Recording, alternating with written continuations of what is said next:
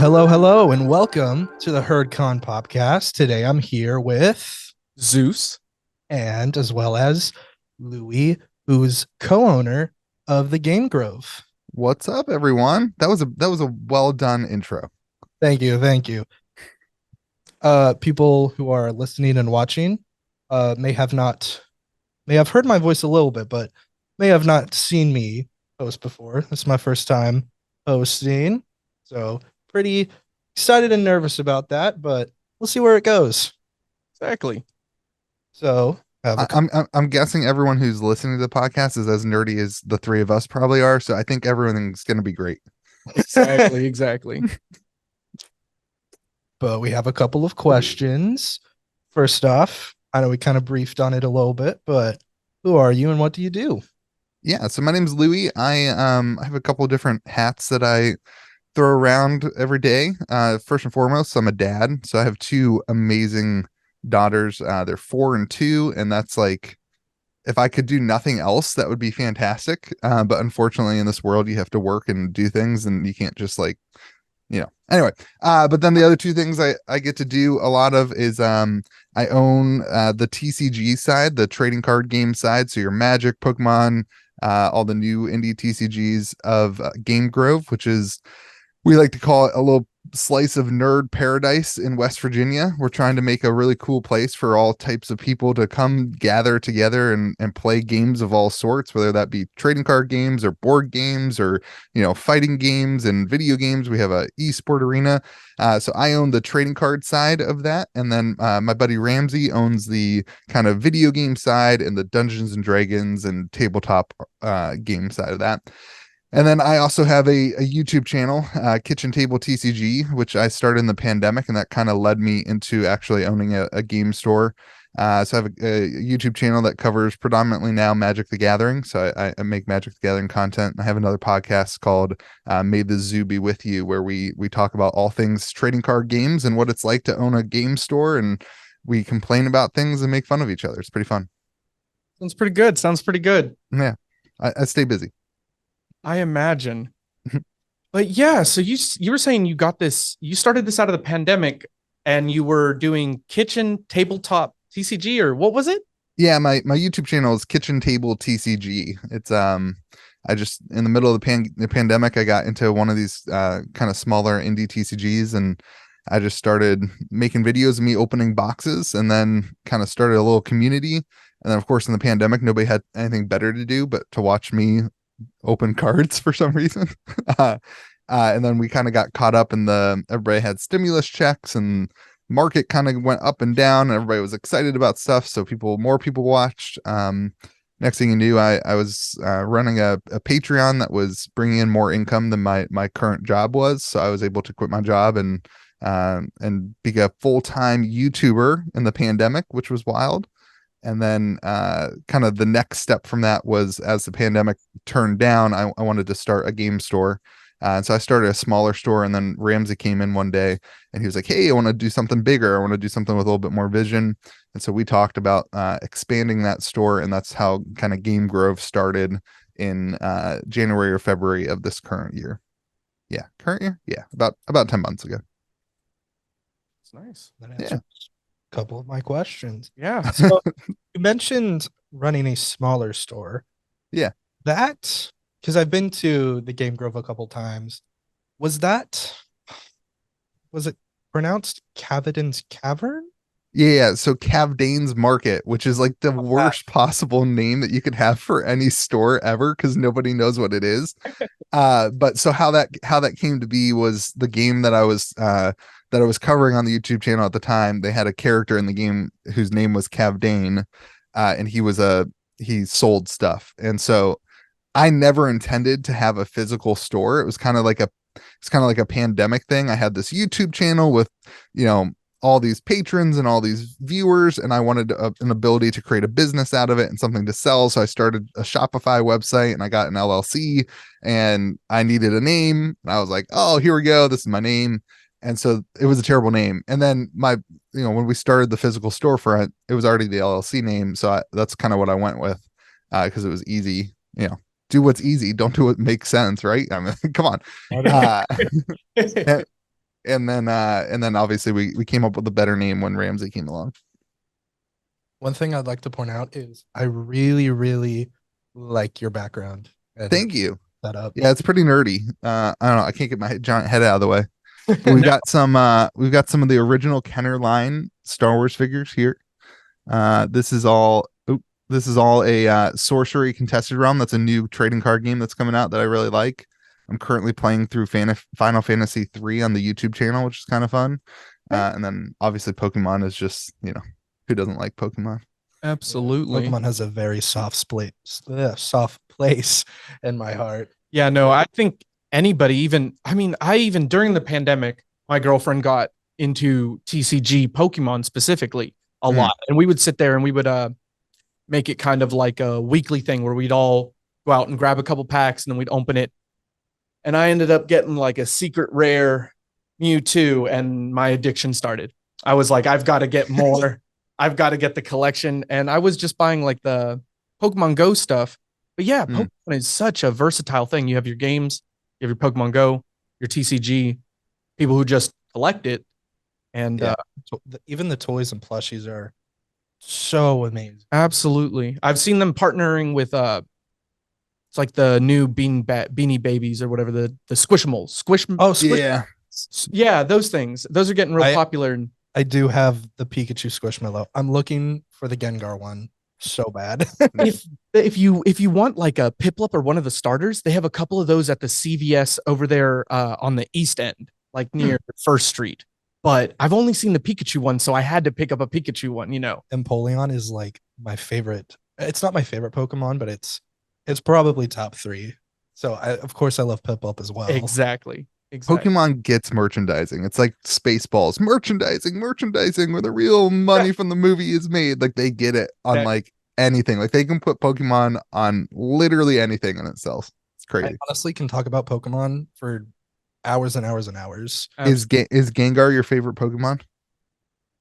No, but it's also probably in my top 10. My favorite Pokemon it's kind of a basic choice, but I'll stand by it. It's Greninja. Okay. I mean, I haven't heard that one before. Usually, that's unique. Everybody's favorite is always Charmander or Pikachu, or it's always something. I used to be a Charizard guy, but recently, because of the TCG, actually no, because of the anime that I watched a lot in middle school. Because of the anime, that was around when the XYZ season was happening. That's when I fell in love with Greninja. I'm still in the camp that Greninja shouldn't have lost to Mega Charizard, but it's okay. Ash is no longer in the show. Ash is no longer in the show. Anyway. Yeah. But also because of the TCG, around when I started playing around 2016, 2017, that's when the World's Finals that year for the TCG was Greninja Break and Mega Autono EX, which was a deck that no one heard of, but somehow won. Wow. Thing. But I really loved the Greninja deck, so that was another reason why I started loving Greninja. The TCG has really improved my love for a lot of the Pokemon that might not get as much love or anything. Yeah, it's amazing when you actually start playing with the cards rather than just like putting them in a binder and looking at them. And I don't know how you guys played the game when you were a kid, but when I was a kid, nobody knew how to play. Like you would just like shuffle the deck and like throw a card down. It was like whoever had the highest power and toughness, and you just like compared the size of the card and then like you won or you lost. But when you actually dive into learning how to play the games, like it opens up the world and you fall in love with not just like what the character looks like or what it feels like or what what their ability is, but how they actually interact with the full deck, which is a really cool thing that you get when you play the TCG. Yeah. Sorry, I didn't mean to interrupt. No, you guys are fine. I'm just here. Well, go ahead. Yeah. One of the very first decks that I played when I started the TCG, because I started there was this old, it's not old, but it's no longer around, a TCG and game store called Second Chance Games. Okay. It was in Milton, Yeah. and that's where I used to go to play a lot. And the deck I played there was Zoroark, Lycanroc, and the support Pokemon were Magcargo and Sudowoodo, which I gave no thought before that. Hmm. But um, the way they interacted with the deck is what made me fall in love with them. It's cool. Yeah, and Do you still play anywhere? Yeah, I actually play at the Game Grove on Oh, you Sunday. play on Sundays? Yeah, I don't get to be around there very often on Sundays because kid day, you know. But awesome. That's super cool. Are you enjoying the what I guess I want to interview you because you know I'm the owner. I don't get to do this very often. What do you like about Game Grove and what do you like about Pokemon Night and then or day and then what don't you like about it? Oh, that's a good question. I really like how there is that sense of community because I remember like at Second Chance Games, no fault on them, but it was also because I was a lot younger and I was going through still going through them, but more of the awkward preteen teen phase. Sure. So I was like, I don't know how to talk to people. Plus, all of them were much older than me. Yeah. Probably like 2-3 times my age. But when I started at um Game Grove, probably like a month and a half ago, I want to say, um, there was that immediate sense of community and that that bonding was already happening. Yeah. yeah, and I think that's something that's really interesting is that like these spaces have always been, you know, needed. It's something that is like a necessity for a community. And it took a pandemic to, you know, give people these opportunities or, you know, for a good thing to come out of the pandemic, you've created a safe space for people who, you know, might feel like you said at that other place at the Second Chance Gaming, no fault to their own, but there can be toxic environments or there can be these worries of how do we create a space where everybody feels welcome? And it seems like you've done a really good job. And I didn't even know this has been the last 10 months that you said that. And I was like, what? Yeah, this has been since the last, like, this is this new. It's that new. Yeah. So I think coming off of there's a couple of like friction points with the way that things are in West Virginia too. Like we are seeing more and more game stores pop up because the pandemic brought a lot of attention. And the question I have as it keeps me up at night, honestly, because you know I've left it all on the table for a YouTube channel. And imagine I don't know if you guys are married or not. I don't know I don't know how you guys are, but imagine you're married and you go to your wife and you're like, hey, I'm going to quit my job and do this YouTube thing while your wife is 8 months pregnant and you have a 2-year-old kid.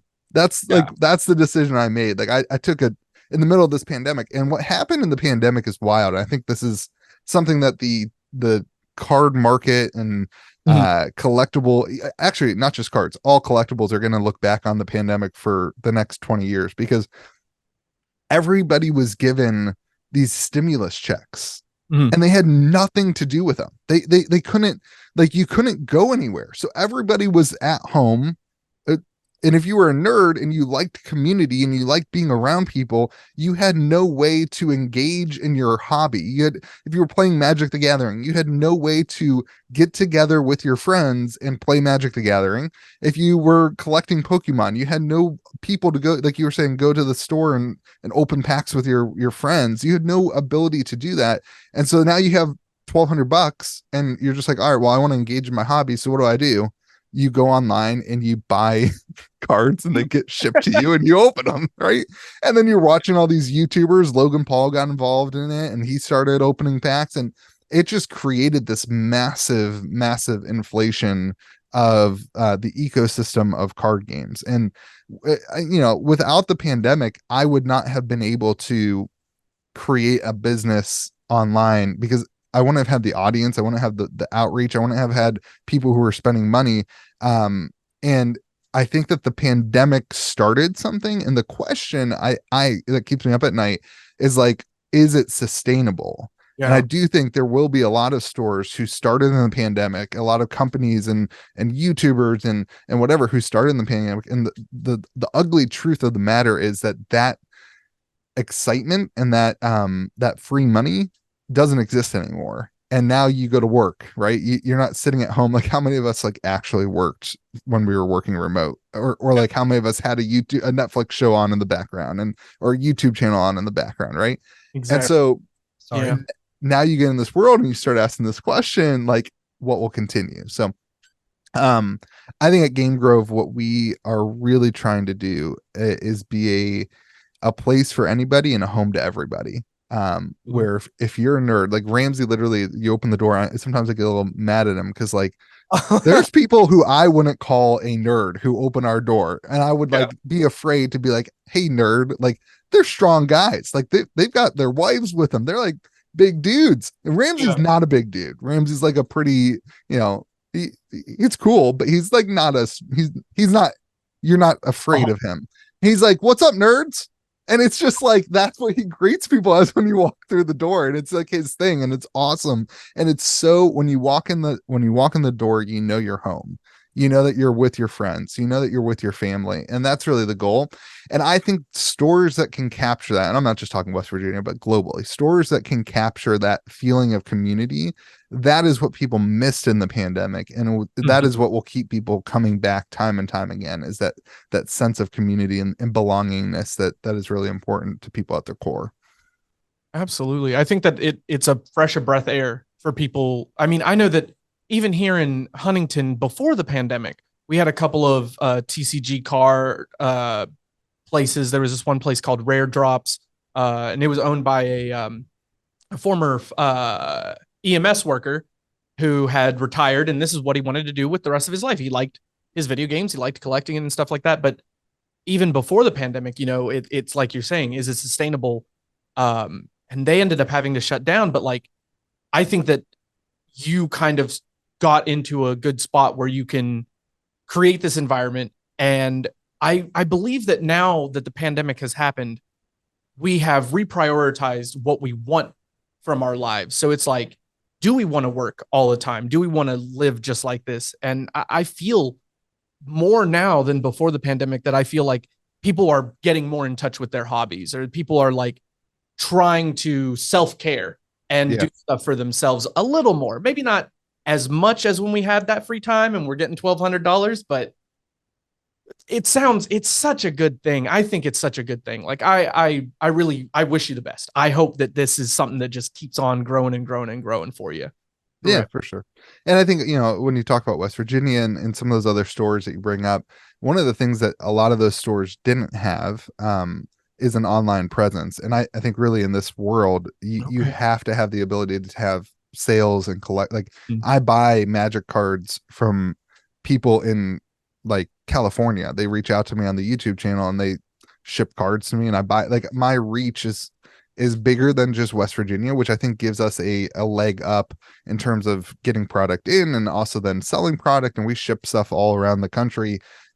We some of the sorcery stuff, I'm not allowed to ship Magic overseas, but some of these other indie TCGs, there's people in like London and Japan and whatever, and like I'm the person they order from for because they watch on YouTube. So when you have that kind of wider reach, it allows you to do some really cool things for the local community. I wouldn't be able to afford the size of a space that Game Grove is. We have 64. We just bought another 32 really nice, banquet chairs with really thick cushions for your butt, so you don't get sore while you're playing games for 7 hours, and really nice tables. We can fit 64 people in these really cool chairs now. And that's just the type of stuff that without a bigger audience, it's hard to do. And so I know a lot of stores struggle because of that. And then also like it's having a partner with Ramsey, like having somebody that's running another entity and I'm running my stuff and he's running his stuff. It allows us to piggyback off each other. So when he's having a rough season, I'm able to pick up some of the pieces and adjust some of the stuff. Or when I have a bill that comes in or a Magic set like Commander Masters, my cost on a Commander Masters box was like $340 and the market price is like $220. So I'm losing like I'm losing for 30% of my money, he can pick up some of the pieces and we can bounce back and forth. And a lot of that stuff gives us a cool opportunity to do something really cool for the community, I think. That's One really th- great. One thing two things I wanted to add. One, I'm really bad with names. I didn't know his name was Ramsey, but anytime I walk in and I hear, "What's up, nerd?" I'm always like, Yes. "Damn." I hated that so much. The first 2 months, I was like, dude's gonna get in trouble. He's gonna get us in trouble. And then it's so it breaks down walls like instantly. And it's just a cool thing that he does. I love that Ramsey is who Ramsey is because I'm not who Ramsey is. I'm not the he's sensitive. He's funny. Like he's just like the things I'm not. It's a really cool partnership. It's cool. So That's honestly really, really cool. And the other thing I wanted to add was I don't want to say, don't take this the wrong way. I don't want to say that the pandemic is a good thing because it wasn't. It was not a good thing. But I think the pandemic really, at least for me personally, made me the person who I am. Because I was in high school when it started. It was my sophomore year of high school, going into junior year. And that was probably the biggest change. That's probably the biggest change of anyone's lives, just high school in general. Maybe middle school is a close second, but high school is like the biggest change of someone's life. And having that on top of that, it really showed me what I should prioritize and what makes me happy and what should I do and what should I not do?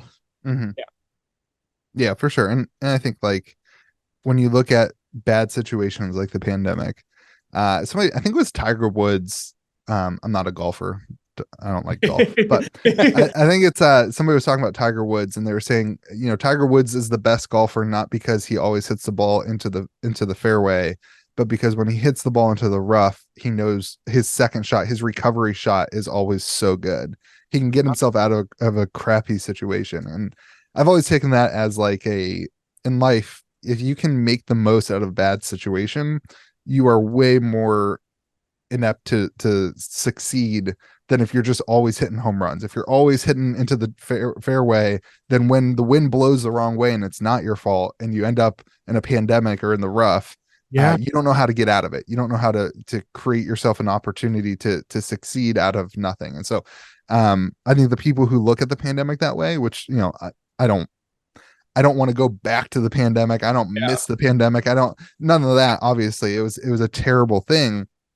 But when I look at the pandemic, I saw an opportunity of this gives me the time. This gives me the freedom to make something of my own. I can't, not spending time going to going out with my friends and eating food and spending money on stupid stuff or whatever. I'm just sitting at home doing nothing. So I might as well make the most of it. And so I think that's a big deal.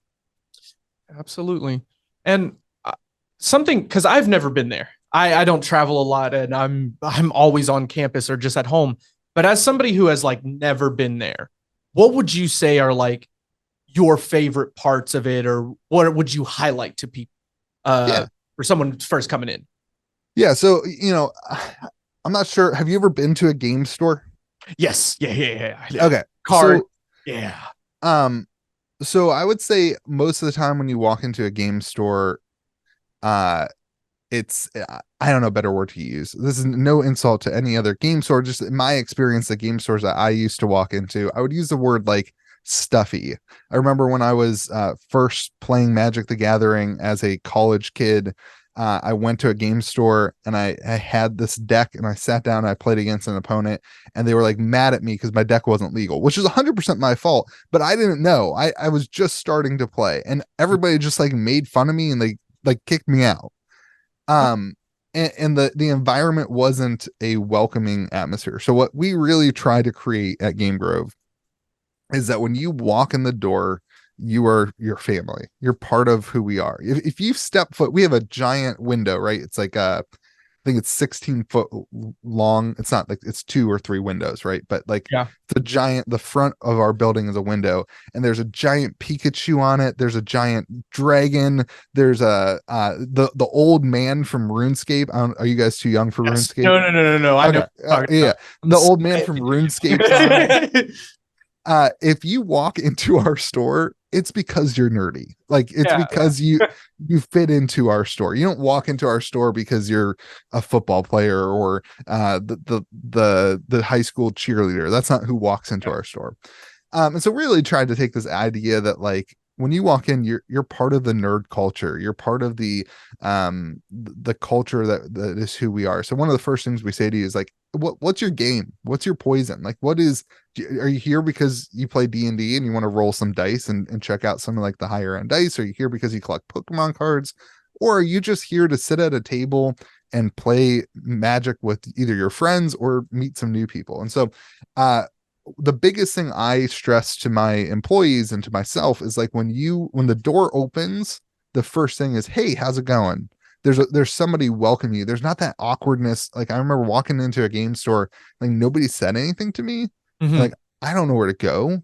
I'm a nerd. Like I don't have like I don't have at the time I didn't have the social skills to be like, hey guys, my name's Louie. I want to play some Magic the Gathering. Would anybody like to sit down and play a game? So really try to stress like when you walk in, somebody greets you, somebody is asking you, hey, what are you here for? Do you want to play Commander? Do you want to do whatever?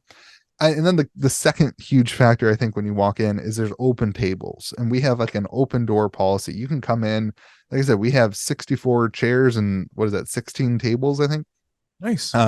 We have space for people to just sit down and play a board game or play a game of Commander. I think at almost any point when we're open, you can come in and there's at least one pod of people. A pod is 4 players, playing Commander and playing Magic the Gathering. And then they're always willing to like hop in and have somebody, be their fifth or kind of enjoy the game as well. And so those are the two things I would stress that we have that I think puts us atop, that puts us as the place to play games in West Virginia and the place to be and why we are having success that we're having in the last 10 months.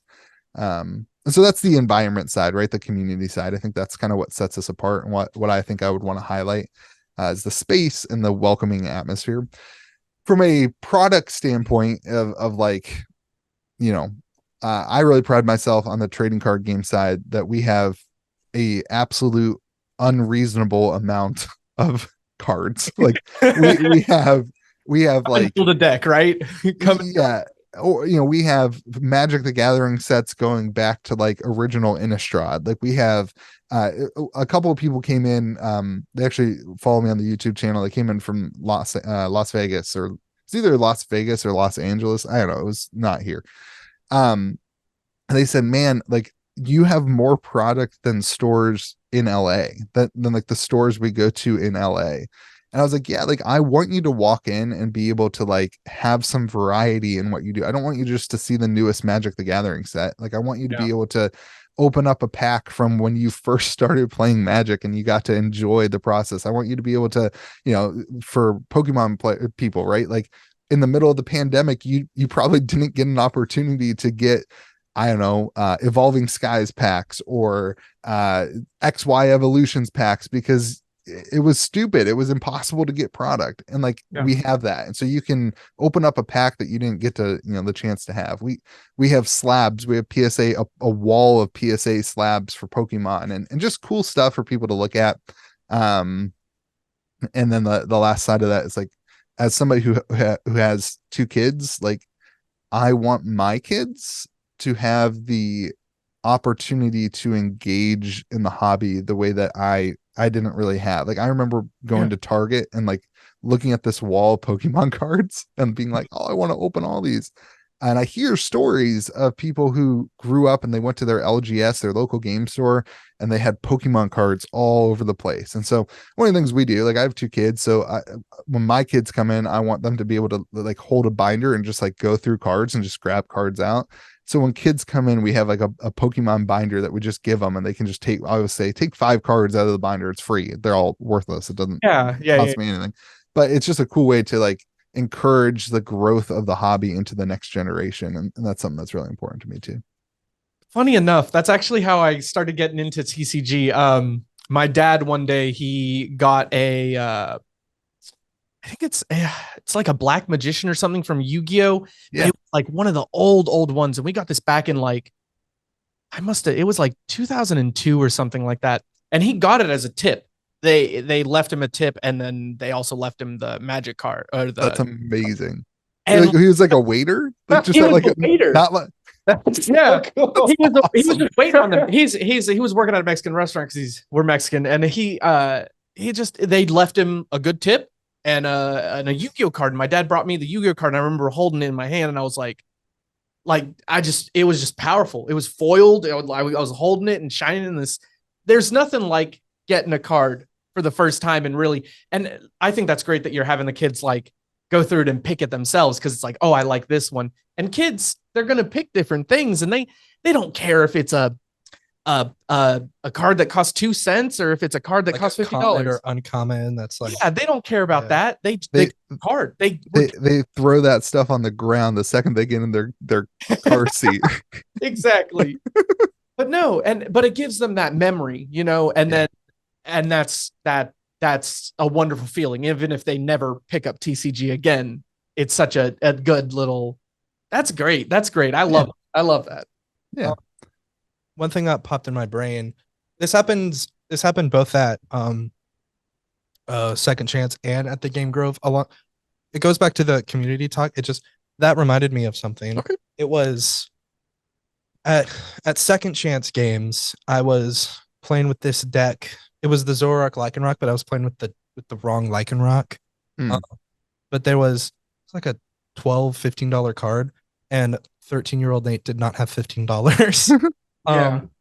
But some guy was like, I can't give you all of them, but you can have one of the good Lycanrocs. And I was like, thank you so much. That's awesome. And that's something that happens at Game Grove as well. I remember I needed this trainer it was a stadium card called Lost City. Okay. And I needed a couple of them. And one of my more recent friends that I made there was like, oh yeah, Was it Peppers? it was Carson. Oh, Carson. Cool. That's Yeah. awesome. He just hooked you up and gave them to you. Yeah. That's cool. And Yeah. and from what I've seen, most people there do that. I don't bring them often, but if anyone asked for them, I'll be like, yeah.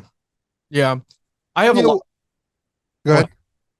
No, you go ahead, my man. Yeah, so like what happens, and this is a prime example of that, is you have a larger community of Game Grove, right? But then you have these pockets like the Pokemon community. They take care of each other. They want to see, like, people who come and play Pokemon at Game Grove want to see Pokemon at Game Grove succeed and grow, and it becomes this little intricate community. And like Ramsey has Super Smash Bros competitions on Wednesday nights and Thursday nights, and they do like a monthly every Saturday. That's like they take the whole, we have 2 units, they take all of unit 20. It's a whole 1,000 square foot area that they play Super Smash Bros in. And like watching these communities form is just like, for me, like the best part. Watching people take care of each other and pick each other up and be like, oh, you can't come on Saturday because you can't get a ride. I will drive. Like this happens in Ramsey's community all the time with the Smash Bros people, because people are coming from more on a Saturday. People are coming from Morgantown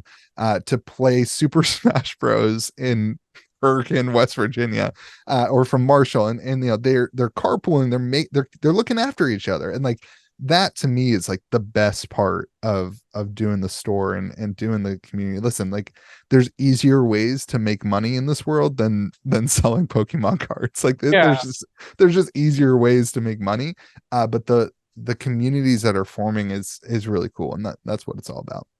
And your story about like people getting mad at you for not playing a legal deck, that happened like a week or 2 ago, and they were just like, okay, just pretend it's this card instead, but you can still play, you can stay. Yeah. Have a plan in your head for that. Especially when it's like a Sunday casual, for like people paid $10 to play. Like it's like not like the prize, the the limit's not that high, or the expectation's not that high, and learning is important. And so I always tell people, like, it's so intimidating to come into a play space to people you don't know and sit across the table with them and like, I think I know how to play, but like, I don't know. And like, I love that our community is just like, I'll help you play. I don't care if I win or lose this game. Like, I'm excited to teach you how to play and that you're here and I want you to come back. And so that's whenever the opposite of that happens at Game Grove, I will go up to a person and be like, listen, that's not how we roll. Like,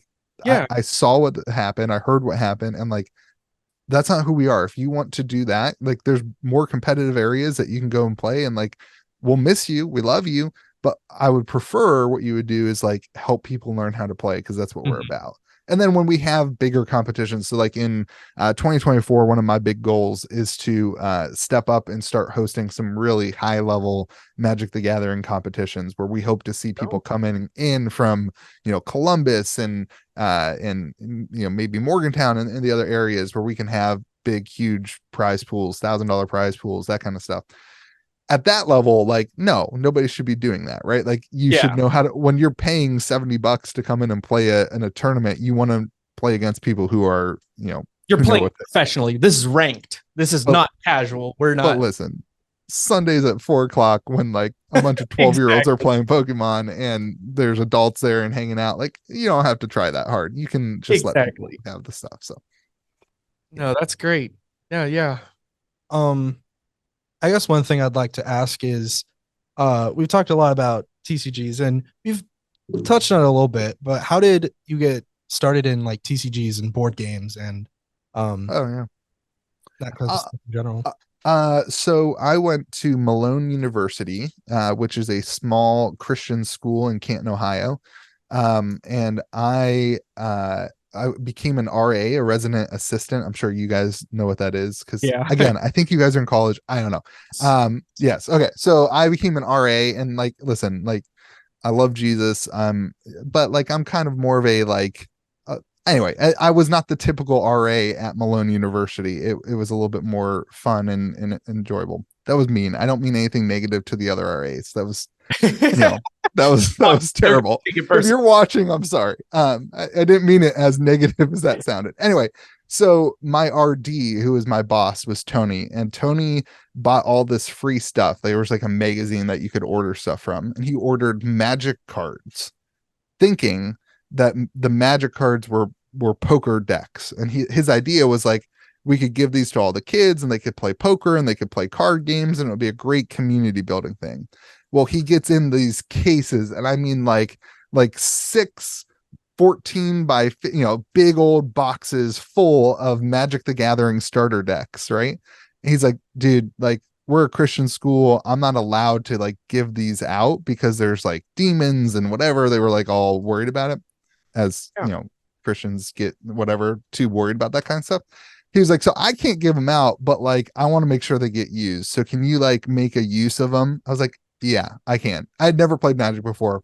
So I brought him to my floor, and this dude's like, my buddy John, he's like, hey man, like, I've played Magic all my life. Like, let's do this. Like, let's get people playing. So he taught me how to play. And like, by the end of the semester, we had like 12 to 15 people playing Magic on these, like on our ping pong table on our floor. And the whole building just started playing Magic. It was like something out of the 90s.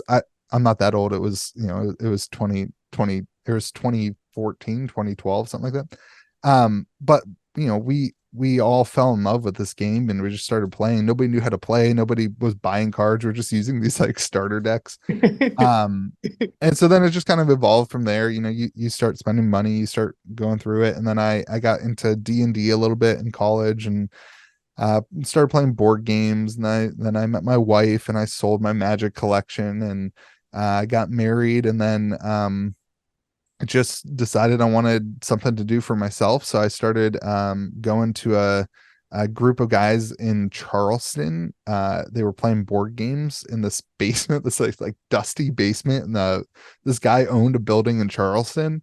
and he like was like, hey guys, like we could just play board games in the basement. So it was like the sketchiest thing I've ever done in my life. It was like this back alley in Charleston. You had to like knock on the door and they would open the door, and it was like completely empty basement of this massive building. We were like in this one tiny little room with this sketchy light.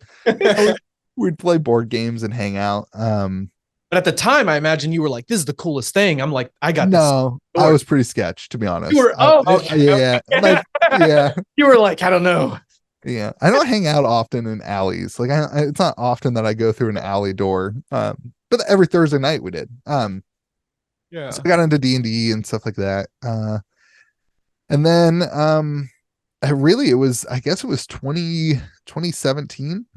I started working out for some reason. I don't know. I think I was getting fat, and I just started watching YouTube. And a YouTuber popped up, and he was opening Magic the Gathering cards. I was like, oh, this is kind of fun.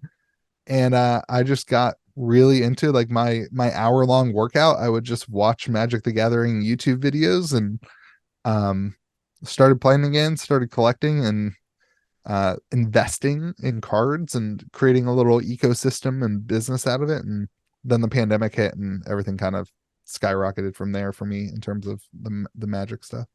So Yeah. No, I gotta ask, what did your wife say though when you were like, hey, look at this Patreon, look at this happening? You said she was 8 months pregnant. Yeah, so like, listen, my wife is a saint. She is Listen.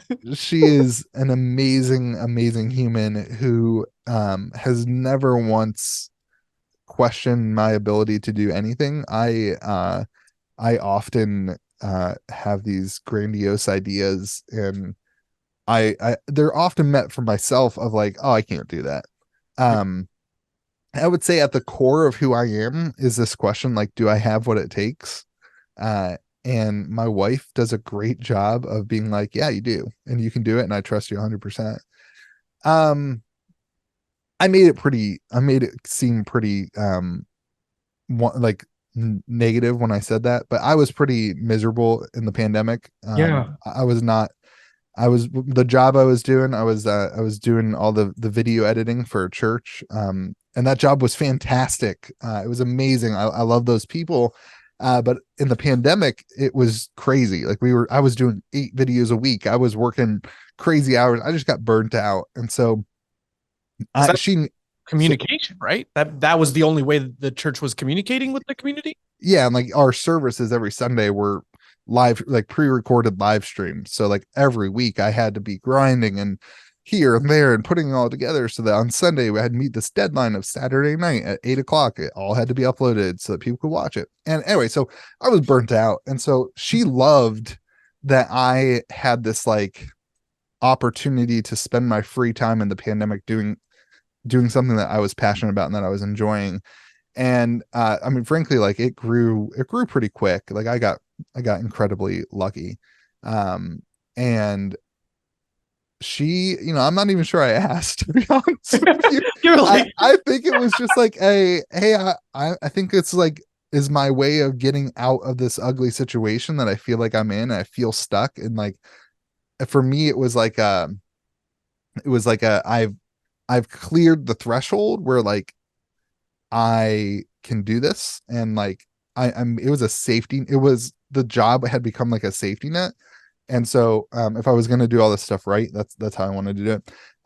So, I also put I supported my wife through 2 years of graduate program, and I supported her while we paid off a lot of her student loans for a few years. So she was stoked about giving me the opportunity to pursue something that I really loved and I was really excited about. And so it all worked out. And listen, if it hadn't worked out, she would have been right there cheering me on and raising me up and encouraging me. And that's why I married her, because she's an amazing person. So that's great. Can we just like shout out wives as someone who isn't married? Wives, yeah. As someone who isn't married, shout out supportive wives, supportive people, anybody.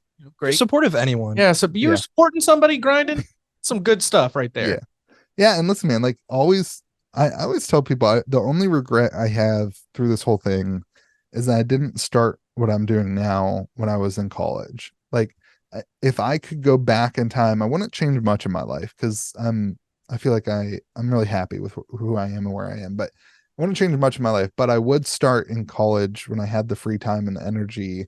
I would start a YouTube channel. I would just post a video every day and I would learn it and I would get good at it. Because if I would have started my YouTube channel, in 2012, the Yeah. growth would have been incredible. And like anytime you I feel like when I wanted to do stuff like that, I always said, oh man, nobody would watch my stuff. Nobody would care. And I still struggle with that.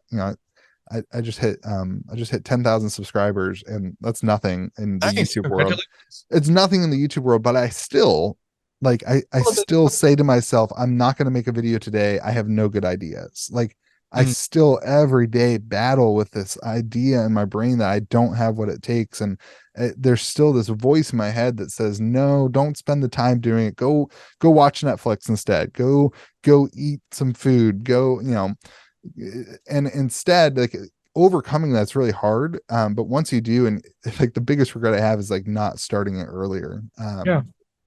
So That's something that I hear from a lot of people when they end up getting on that other side, when they've like had this dream or they've had this passion for a really long time, and it's until they kind of break through that.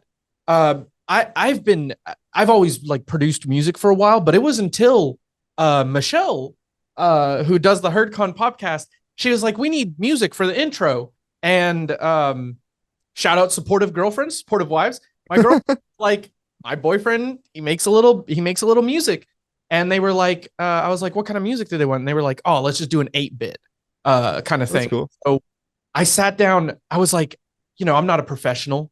I just make noise on a computer, and it's kind of funny to me.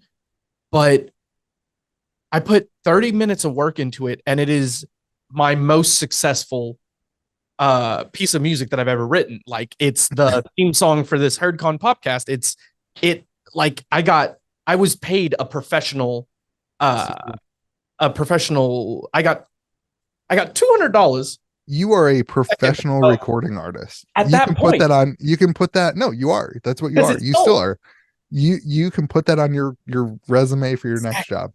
And it's so crazy because it's like it's one of those things where it's like I wish I had started earlier, or I wish I was doing this, or just putting up little beats on YouTube and stuff like that. And I think that that's a really great piece of advice for people to take away. It's like really follow your passions, follow your dreams, and now, especially if you're into TCG or you're into tournament gaming or Smash or anything like that, you're creating the space for those people who maybe have those passions and those dreams to have those opportunities to really get out there. I think that's awesome. That's Yeah, and here's the best part. Like you don't even have to have anything good to say. Yeah. Like people fall. Like I'm a firm believer that right now in this world, the current world we are in 2023, with the way the world is, the number one valuable asset in the world is no longer gas and oil. It's eyeballs. Like people pay money to be on YouTube, to do advertising, whatever. Like if you can create a community and a voice for yourself, um that's like that is a successful career path right now. It's the number one asset in the world. And the best part of that is the person watching doesn't necessarily really care about what you have to say. What they care about is who you are. And they fall in love with watching content daily, and you become a daily voice in their life. You become something that they engaged in their hobby with. If you like, I don't know, for some reason, there are people who care about Magic the Gathering and they agree or disagree with my takes on my YouTube channel. And so they come back day in and day out to interact with me, because maybe their wife doesn't want to listen to them talk about Magic the Gathering anymore. Right. And Yeah.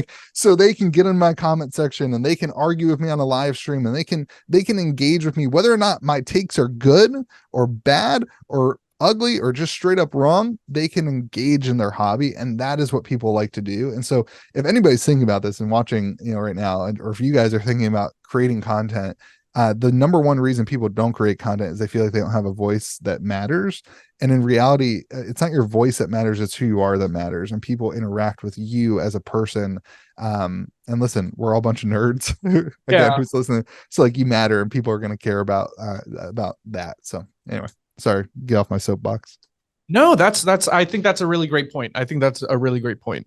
To like go along with that, it's like with the PopCast, that's how I started video editing for the first time. Yeah. Well, at least using like Premiere and really like doing more just editing in general, because I used to, and I still kind of do. I used to upload a lot of cup stacking videos. Okay. Oh, cool. Yeah. That's sweet. I still do sometimes, just it's just a lot of time and some time that doesn't exist. Yeah. No, I feel that. Yeah. But man, to have like, not a good word, but the thrill of making the video and like having that video, even if it was like not a good video at all, even if the editing was just like but it was still a whole lot of fun making the videos. And I should have probably, even though I'm still a young person, I probably should have focused a little bit so I could be a little bit better. But using stuff like this, like the podcast, is something that has really inspired my creativity more, and just you're really doing dive something. deep Yeah, into you're it. doing something, and you get that practice, like you said, getting slowly building up and stuff like that. And yeah, no, I definitely feel like you were saying, in high school, that's when the pandemic happened for you. And so like a lot of opportunities, like going out and being a filmmaker or going out and stuff like that, may have not been as viable. But now that we're getting back into stuff, there's a lot of opportunities. That's and what- especially sorry.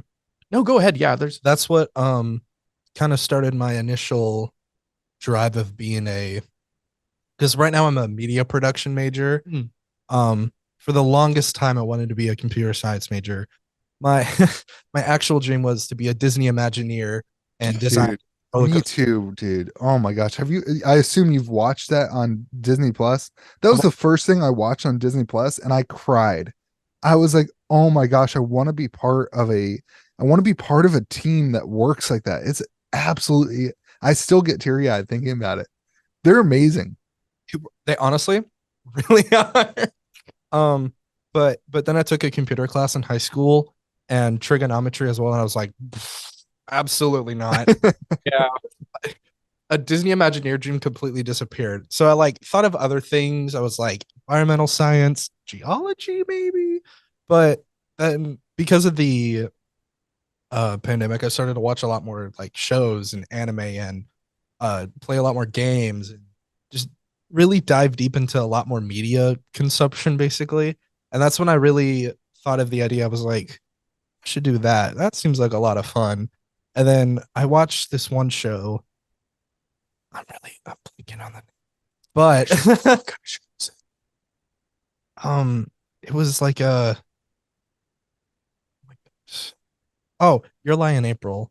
That was the one. And I was like, I want to do that. I want to make things like that. That's cool. Well, Sorry, continue. So that's when I like started looking at like media production things at Marshall, and because I believe I was a junior at the time, so it was like applying, or start of senior, don't remember. But it was around the time where I started applying to colleges, and that's when I was like, let's just do media production, because that's the thing that sounds like it would make me most happy, and so far it has. That's awesome. Yeah, and I think like the way that the world is again in 2023, having a degree in it is awesome, and like will give you a leg up. And but I think Need one. the heart of West Virginia, I think a lot of times it feels like in West Virginia, how do you get a leg up? Like you're going to be always competing with people from LA who work with a film crew, and they've got all these people, and it's the world of like everyone's here and whatever. But like that doesn't matter anymore, because like you can get an iPhone 15 and be able to like do amazing video. Like this camera and this thing is like as good as my DSLR was when I was in college. It's probably better than that, right? And you can create, and then again, like on YouTube, the content that people are watching, it doesn't have to be like super edited and super good. What it needs to do is have heart. It needs to have honesty. It needs to have, and so like anybody can, and this is what I love, and I'm pretty passionate about this. Like in West Virginia, I wish we could help people understand that you don't have to be from LA to make it. Like there's I'm gonna butcher her name, but she graduated from Winfield High School. She has like millions of YouTube subscribers. My wife tunes into her YouTube channel to do like workouts. I don't remember her name anyway, but she's just like a girl who graduated from Winfield High School and has a YouTube channel that every day she uploads a free 30-minute workout. And it's amazing. And it's like anybody can do this. Like if you put your mind to it, if you put your heart into it, it doesn't matter where you're from, doesn't matter where you came from, you can create things that people all around the world are excited about and can engage with and can be here. So I think West Virginia, like we often, it almost seems like we're the average West Virginia kind of attitude is like, well, from West Virginia, there's nothing to do around here. There's nothing to, it's so hard to, and it's like, listen, people have done it. You can do it. Like that's not stopping you anymore. It's 2023. Like the world is connected. You can do whatever you want. It's amazing. So absolutely. No, I feel so bad because we're right at 10 right now, but I feel like I want to keep talking, and I don't know if you guys would want to do this, a second episode or something, because I feel like I still have more questions about Game Grove, and I still have like it was a very fun conversation. Yeah, it's been a very fun conversation. Yeah. Talked about a couple of different things, but I definitely like, I don't know, like it's a good conversation. Good conversation. Yeah. Could always hop back on. When is the next HerdCon? I think this March. It's March 20. Okay. 20 cool. Somewhere late March. Yeah, we okay, cool.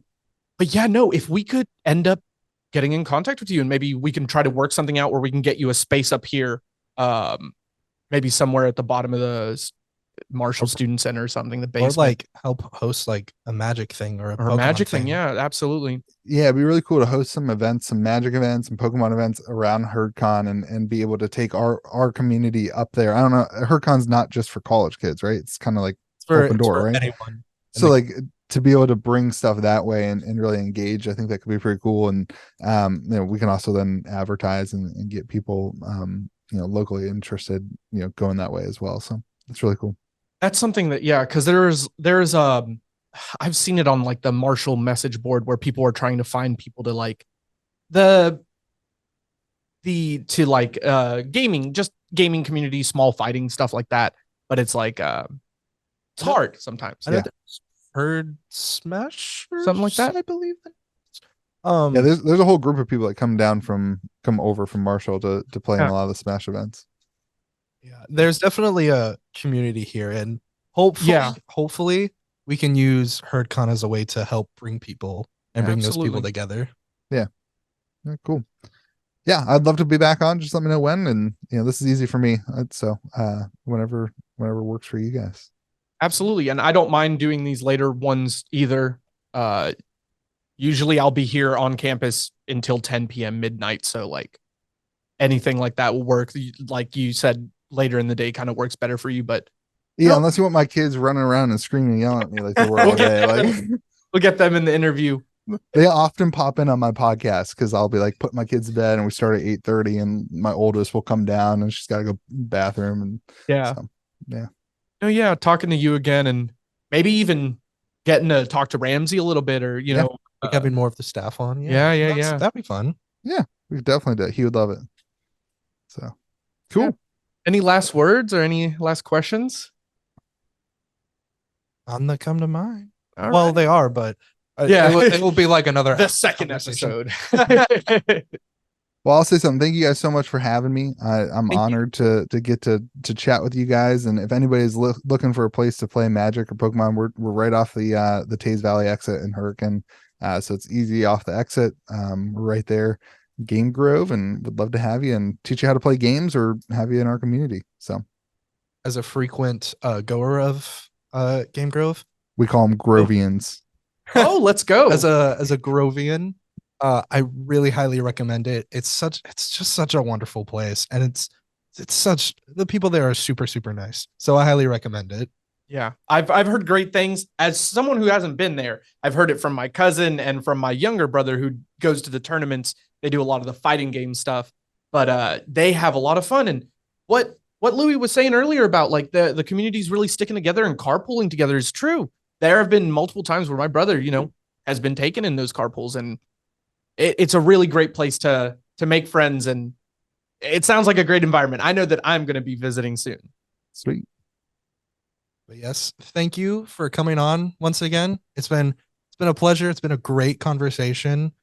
Thank you everyone for watching and listening if you're on the Spotify. Do you have any final words? No, I thank you for having me on. We can definitely do this more often. And it has been, I was nervous at first, but this has been a pleasure, especially to talk to you, Louie. I'm really glad that this was one of my second PopCast appearances where we get to talk about some fun stuff. As my first, thank you. Yeah. Well, thanks, guys. I appreciate you. It was a lot of fun. All right. Thank you. Bye bye.